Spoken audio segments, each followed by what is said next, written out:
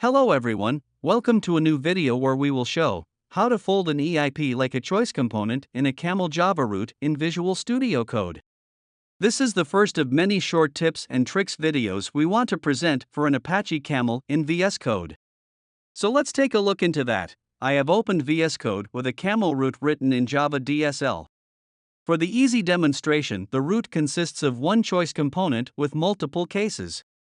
First of all, we can see there is no folding provided for when components.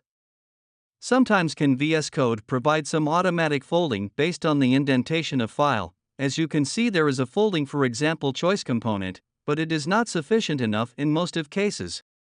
The Camel root can be really big and complex, and it would be nice to bring some order and option how to hide some parts of the root for easier read and concentrate on other parts of the code, or have a higher point of view. So for this reason there is a command in VS Code which allows you to define your own manual folding ranges. So let's do this. Select the part of code you want to fold. Here it will be the first when condition.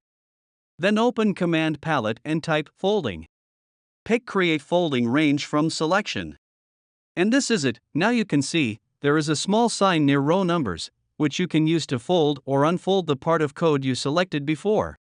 Thank you for your time and for watching this video. Bye.